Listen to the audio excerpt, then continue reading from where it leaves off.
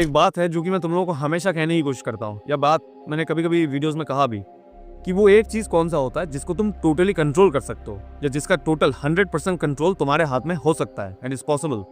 वो क्या है? उसका आंसर है तुम खुद, या तुम्हारे अंदर का जो इंसान वो। बाकी और किसी भी चीज को तुम इस पूरे दुनिया में, पूरे ब्रह्मांड में 100% कंट्रोल नहीं कर पाओगे, कतई पॉसिबल नहीं है ये चीज। और ये एक कोर आइडिया होता है स्टोइक फिलोसफी का या स्टोइसिज्म का, जिसके बारे में इस वीडियो में हम बात करने वाले हैं। अब भाई, क्या तुम ये कहना चाह रहे हो कि स्टोइक फिलोसफी तुमने ही बनाया था? हाँ, शायद हो सकता है पिछले जन्म में बना दिया होगा, 2000 साल पहले ऑलमोस्ट, जीनो के नाम से। जीनो जो कि एक ग्रीक फिलोसोफर जिसने बनाया था स्टोइक फिलोसफी।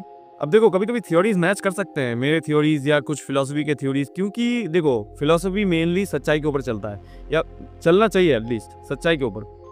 तो अगर सच है तो वो हर जगह सेम होगा, क्योंकि सच वो एक ही चीज होता है जो हर जगह सेम होता है। झूठ ही एकमात्र चीज होता है जो कि हर जगह अलग होता है, हर जगह गलत होता है और हर जगह अलग भी होता है। ठीक है, बहुत बकवास हो गया, लेकिन मेन बात यह है कि जो स्टोइक फिलोसफी होता है ये एक स्कूल ऑफ थॉट होता है। स्कूल ऑफ थॉट का मतलब क्या होता है? ये एक बंच ऑफ थॉट होता है, ये कोई इसका कोई अलग से डेफिनेशन नहीं हो सकता है। ठीक है, इसके अंदर बहुत सारे रूल्स होते हैं, बहुत सारे थ्योरीज होते हैं, बहुत कुछ होता है। तो बात एक्चुअली है कि ये मेनली फोकस करता है किस चीज के ऊपर? गुड लाइफ के ऊपर। गुड लाइफ तुम कैसे जी सकते हो, इसके लिए तुम्हें क्या क्या करना पड़ेगा, क्या क्या चीजें तुम फॉलो कर सकते हो, क्या क्या तुम्हें दिमाग में ख्याल में रखना होगा। मेनली जिसके अंदर आता है कभी कभी virtues, justice, good thoughts, rational thinking या सेल्फ कंट्रोल, ऐसी चीजें। अब इस फिलोसफी के कुछ मेन प्रिंसिपल्स होते हैं जो कि मैं अभी तुम लोगों को बताने वाला हूँ एक एक करके। ये क्या होता है? ये तुम्हें फॉलो करने के लिए कहा जाता है। अगर तुम स्टोइक फिलोसफी को फॉलो कर रहे हो तो तुम्हें ये चीजें करनी पड़ेंगी बेसिकली। ठीक है, चलो एक एक करके सुन लेते हैं। सबसे पहला प्रिंसिपल तुमसे यही कहता है कि focus on what you can control. मतलब क्या? ऐसी चीजों के ऊपर फोकस करो जिनको तुम कंट्रोल कर सकते हो, ऐसी चीजों के ऊपर नहीं जिनको तुम कंट्रोल नहीं कर सकते हो। जैसे जिंदगी में बहुत सारी चीजें होते हैं जिनको तुम कंट्रोल नहीं कर सकते, जो कि तुम्हारे हाथ से बाहर है। जैसे ही कुछ लोग कहते हैं कि लक जो होता है, या कोई नेचुरल कैलामिटीज, कोई मतलब डिजास्टर हो गया, कोई बाहर का कोई इंसान कुछ कर रहा है, ठीक है, बाहर कुछ चल रहा है, किसी भी चीज को तुम कंट्रोल नहीं कर सकते, ऐसी चीजों को। लेकिन तुम कंट्रोल क्या कर सकते हो? तुम अपने एक्शंस को कंट्रोल कर सकते हो, तुम अपने इमोशंस को कंट्रोल कर सकते हो, तुम अपने माइंडसेट को कंट्रोल कर सकते हो, तुम अपने अर्जेस को, अपने इंपल्सेस को, अपने डिसीजंस को कंट्रोल कर सकते हो, अपने गोल्स को कंट्रोल कर सकते हो। ऐसी चीजों को कंट्रोल तुम कर सकते हो। और ये फिलोसफी तुमसे यही कहता है कि तुम टोटली अपना एनर्जी, फोकस और टाइम इन्हीं चीजों में दो जिनको तुम कंट्रोल कर सकते हो, या जिनको तुम मैनेज कर सकते हो। ऐसी चीजों में नहीं जिनको तुम मतलब जिनके ऊपर फोकस, एनर्जी ये सब देने में कोई फायदा भी नहीं है। यही कहता है ये फिलोसफी तुमसे। एक जनरल एग्जाम्पल से मैं तुम लोगों को समझाता हूँ। कोई इंसान अगर तुम्हारे साथ कोई भी उल्टा सीधा करने की कोशिश कर रहा है, आके लेट्स से सबके सामने तुम्हारे ऊपर हंस रहा है, तुम्हें इंसल्ट करने की कोशिश कर रहा है, तुम्हें नीचा, इन्फीरियर दिखाने की कोशिश कर रहा है, या तो तुम्हें इनसिक्योर फील कराने की कोशिश कर रहा है सबके सामने, लेट्स से एक इमेजिनेशन ड्रॉ कर लो तुम्हारे दिमाग के अंदर, तो तुम क्या कर सकते हो? अगर तुम नॉर्मल फिलोसफी में चलते हो या अपने नॉर्मल डेली लाइफ के जो भी थॉट्स हैं उसके हिसाब से चलते हो, तो तुम क्या करोगे? सबसे पहले तुम अपना इम्पल्सिव रिएक्शन उसके ऊपर दे दोगे, जिससे क्या होगा? अल्टीमेटली तुम्हारा दिमाग और भी खराब होगा। उसका भी हो सकता है, लेकिन तुम्हारा दिमाग सबसे पहले खराब होगा। लेकिन अगर तुम स्टोइक फिलोसफी के हिसाब से चलते हो तो तुम्हें वो ये चीज कहता है कि सबसे पहले तुम देखो इस चीज के पर्सपेक्टिव को मैं कैसे चेंज कर सकता हूँ, इस चीज को देखने का, या अपना माइंडसेट कैसे चेंज कर सकता हूँ, ताकि अगली बार से कोई भी इंसान मेरे साथ अगर ऐसा घटिया चीज करने की कोशिश करता है तो मैं अपना दिमाग ठंडा कैसे रख सकता हूँ, और अंदर ही अंदर मैं अपने आप को सेटिस्फाइड कैसे रख सकता हूँ। ये चीज होने के बावजूद भी कोई इंसान अगर हंस रहा है तो ठीक है, हंसने दो, मैं खुद अपने ऊपर हंसता हूँ तो तू क्या हंसेगा? ये होता है माइंडसेट काइंड ऑफ। मैं एक एग्जांपल देके समझा रहा हूँ तुम लोगों को। जैसे और भी चीजें हो सकता है, कोई अगर इंसल्ट करने की कोशिश कर रहा है तो तुम वापस घुमा के उसको तुम कोई रिप्लाई देते हो, ऐसा कोई रिप्लाई ठंडे दिमाग से जो कि वो पिस ऑफ हो जाता है लेकिन तुम नहीं। और कभी कभी तुम ऐसा भी कर सकते हो, कोई अगर तुम्हें इनसिक्योर फील कराने की कोशिश करता है तो तुम पहले से ही अपने आप को सिक्योर बनाओ, पहले से ही एक सिक्योर इंसान बनो, अपने बारे में नॉलेज गैदर करो, ताकि कोई दूसरा इंसान तुम्हें आके ये ना कहे कि तुम्हारे अंदर क्या कमियां हैं। ये अगर तुमसे कोई नहीं कह सकता, या अगर ये चीज तुम किसी को भी अलाउ नहीं करते अपने दिमाग के अंदर, तो कोई भी इंसान, कोई भी माइकलाल तुम्हें इनसिक्योर फील नहीं करा सकता। ये होता है परमानेंट सोल्यूशन। तुम्हें परमानेंट सोल्यूशन के ऊपर फोकस करना चाहिए, रादर देन कि बाहर को मैं कैसे चेंज कर सकता हूँ। तुम उसके दिमाग के अंदर घुस के उसके वायरिंग में इंजीनियरिंग नहीं कर सकते कि वो इंसान अगले टाइम से बदल जाएगा, ऐसा नहीं करेगा, ऐसा तुम एक्सपेक्ट नहीं कर सकते। तुम अपने आप को कैसे चेंज कर सकते हो, उस चीज से तुम इम्यून कैसे बन सकते हो, ये होता है मेन चीज। दूसरा प्रिंसिपल है लिव विद वर्च्यू। मतलब अपने जिंदगी में एक मतलब काइंड ऑफ अच्छा इंसान बनने की कोशिश करो। अच्छा इंसान तो टोटली कोई नहीं हो सकता, लेकिन लेट्स से चलो तुम्हारे अंदर अच्छाई का पार्ट ज्यादा होता है, ऐसा तो हो सकता है ना। तुम्हारे अंदर ऑनेस्टी है, तुम्हारे अंदर डिसिप्लिन है, तुम्हारे अंदर लोगों के लिए एम्पैथी है, तुम्हारे अंदर करेज है, खराब चीज़ों के प्रति तुम लड़ सकते हो, ऐसा करेज।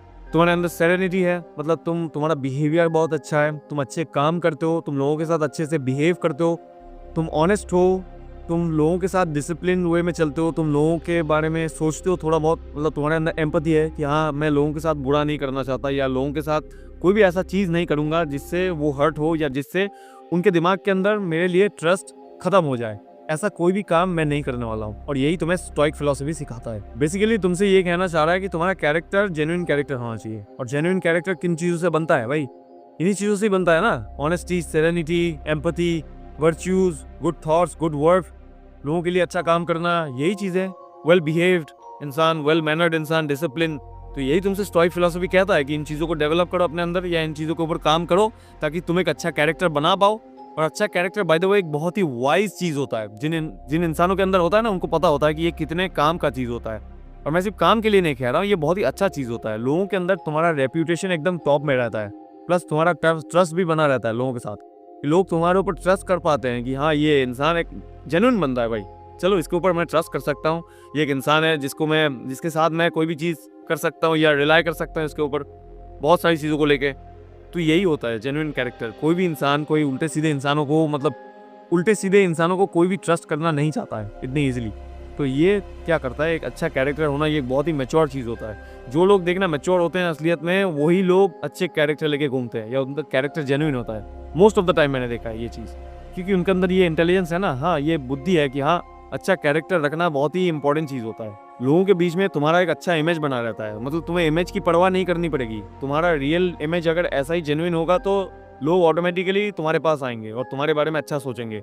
और यही होता है ना, कैरेक्टर का मतलब ही तो होता है कि लोगों के बीच में तुम्हारा ट्रांजैक्शंस कैसे चलते रहते हैं, या लोग तुम्हारे बारे में कैसा सोचते हैं, या तुम लोगों को कैसा ट्रीट करते हो। तीसरा प्रिंसिपल का नाम है अमोर फाती, जिसका मतलब होता है accept fate, accept your fate. मतलब तुम्हारे साथ कोई भी चीज़ अगर हो रहा है तो उसको सबसे पहले अगर तुम एक्सेप्ट करते हो या मान लेते हो कि हाँ चलो ये मेरे हाथ में तो नहीं है, अगर ये मेरे साथ हो रहा है तो इसके बारे में मैं कुछ कर भी नहीं पाऊंगा ज़्यादा कुछ। अगर कर भी सकता हूँ तो मैं अपनी तरफ से कर सकता हूँ कुछ, उसके तरफ से मैं ये नहीं कर सकता कि वो मेरे साथ ना हो या वैसी चीज़ें मेरे साथ ना हो।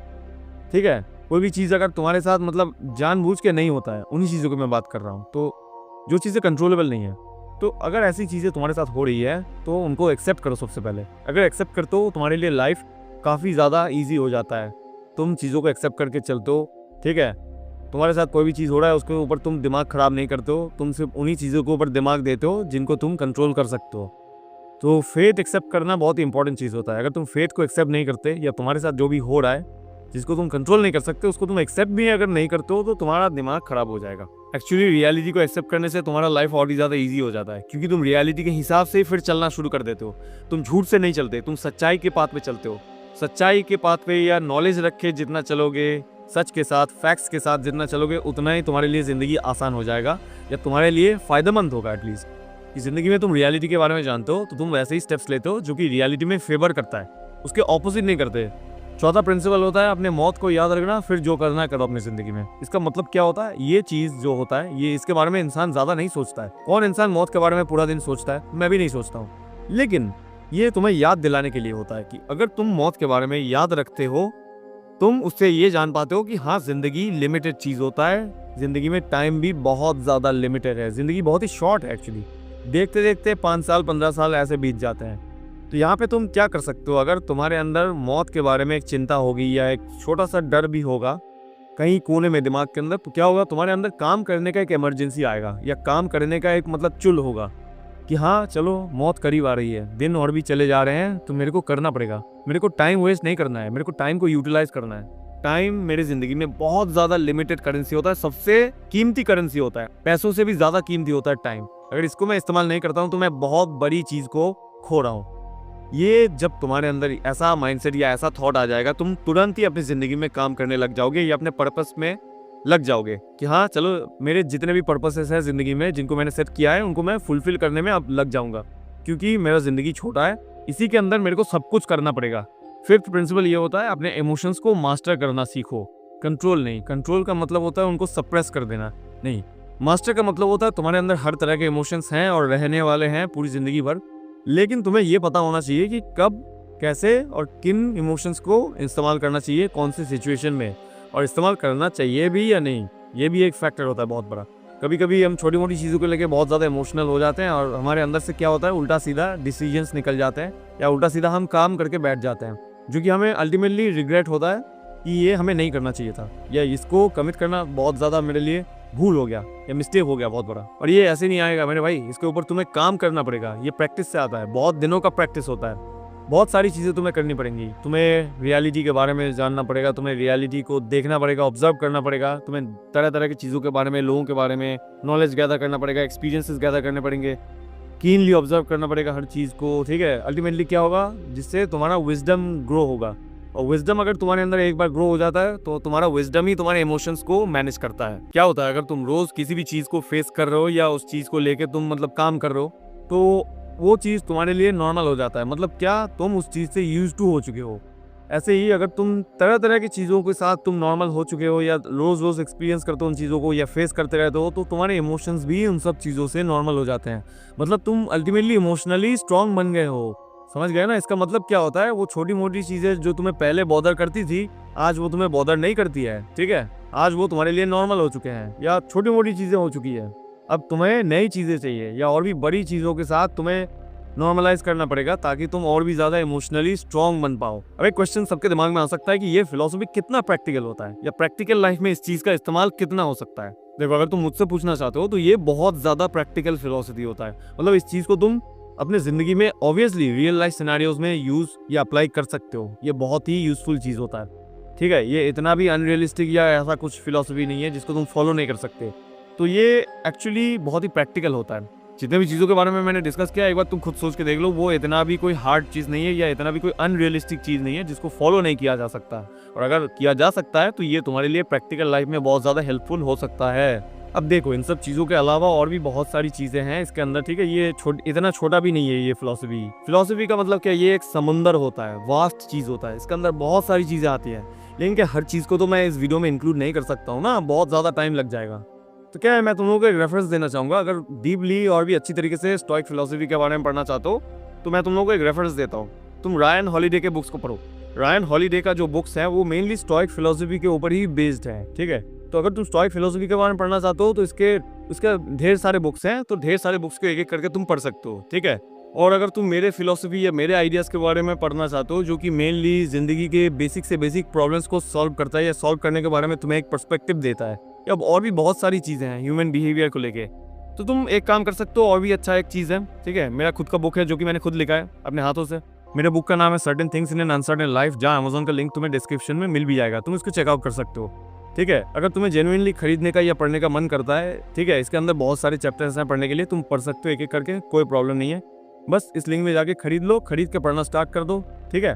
फिर आके मुझे इधर ही बताओ कि तुम लोगों को कैसा लगा। तो कहा जाता है कि स्टोइक फिलॉसफी के 4 मेन पिलर्स होते हैं, ठीक है, विजडम, करेज, जस्टिस और टेम्परेंस। तो तुम्हारा अगर पर्पस फ्रीडम है, अपनी जिंदगी में फ्रीडम चाहते हो, तो तुम्हें इन 4 चीजों के ऊपर हेवीली काम करना पड़ेगा अकॉर्डिंग टू स्टोइक फिलॉसफी। तो अल्टीमेटली हमने क्या सीखा इसके बारे में? Stoicism is the art of living in the midst of chaos, challenges, problems, hard times, but still facing them, solving them every day and ultimately defeating them is called stoicism. And ultimately it teaches you to become a tough person withstanding the toughest of toughest situations. और एक बात है कि तुम stoicism को अपने जिंदगी के डे टू डे प्रॉब्लम्स में, रिलेशनशिप हो, चाहे करियर हो, चाहे किसी भी तरह का प्रॉब्लम हो दोस्तों के साथ, हर जगह पे तुम अप्लाई कर सकते हो। यही इस चीज़ का सुंदरता है। चलो, आज का तो हो गया। अगर तुम लोगों का किसी भी तरह का प्रॉब्लम है या क्वेश्चन है जिसके बारे में तुम ऐसे वीडियो चाहते हो या डेडिकेटेड वीडियो चाहते हो, तो मेरे को इंस्टाग्राम पे इस आईडी पे भेज सकते हो, या तो यूट्यूब के कमेंट्स में भी लिख सकते हो। मैं दोनों जगह चेक करके उसके ऊपर एक ऐसे ही वीडियो बनाने की पूरी कोशिश करूंगा, ठीक है। तब तक के लिए तुम लोग चैनल को सब्सक्राइब करो ताकि तुम्हें अपडेट्स या नोटिफिकेशंस मिलता रहे, ठीक है। और चलो, मेरा भी जाने का वक्त हो चुका है। मिलते हैं तुम लोगों के साथ अगले वीडियो में, ठीक है, जरूर मिलेंगे। चलता हूँ, बाय।